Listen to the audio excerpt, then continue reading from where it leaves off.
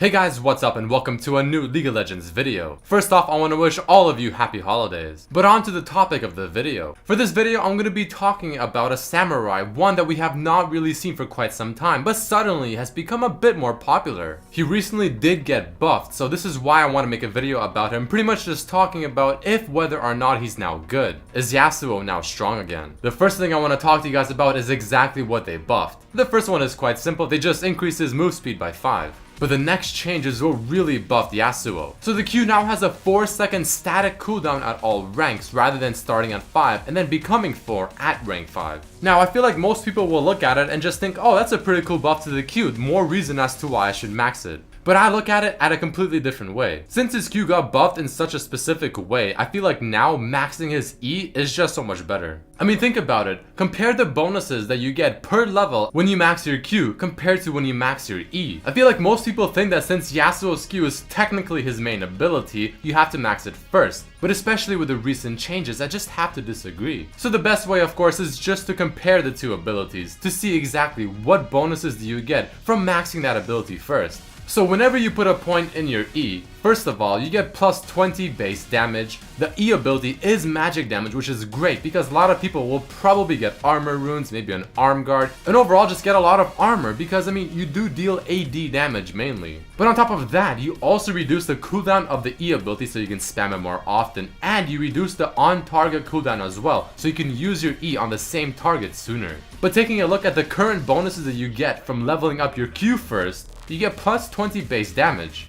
And that's it. It no longer reduces the cooldown, which is really the only reason you would want to max it before, just so you can spam it more often. In my opinion, I think Yasuo's are defined by just how well they can use their E ability, just how good they can dash around the laning phase, how mobile and agile they can be. And maxing your E now just not only makes you so much more agile and mobile, but it also kind of does more damage overall, especially if they start building armor. Now, I'm not saying you have to max E to rank 5 first, it's kind of optional. But I highly recommend to get it to at least level 3 before you start putting any extra points in your Q or even your W. So you can get it to maybe level 3, 4, or even 5 and then start putting 2 points into your Q or start maybe putting a point or 2 into your W, etc. I usually like to get it to rank 4 or 5 and then I start putting points in my Q, but that's just me personally. So that right there was one of the main things that I really wanted to discuss about Yasuo. And I really do think that he is coming back. He's a lot stronger than he was prior to this patch, but do I think he's overpowered? Not in the slightest. In fact, I truly think that he can use another small buff just to kind of put him to where he was. He's a very squishy champion and he's easily countered like any other assassin by CC, except he's actually not as mobile as many other assassins. Think about it, Zed can be swapping between shadows covering so much distance in a blink of an eye. Akali has a dash that's twice the range of Yasuo's E and she has 3 charges of it.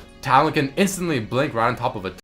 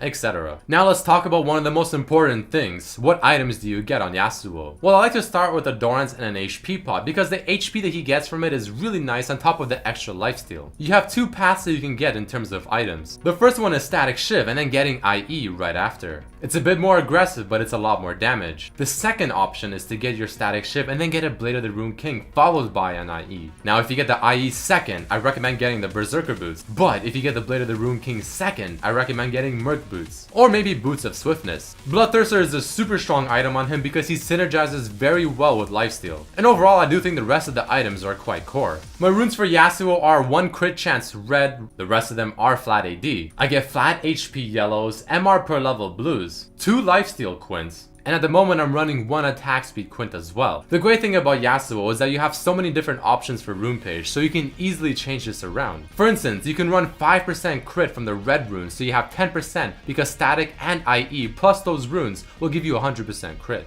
And for masteries I run 2190 as well, nothing too special, but feel free to change it around to what you see fit. And that's about it for this video, guys. I just wanted to talk about Yasuo with the recent changes and how I look at the buffs rather than I feel like how most people will look at it. Do I think he's OP? No, I do not, but I do think he's a lot stronger now and I recommend trying him out and picking him up. Tell me how you guys do, and I hope you did enjoy this video. Please don't forget to check out my other videos as well. Subscribe if you haven't, like the video, share it with your friends, and I hope to see you for the next one. Peace. Strange, weird animals.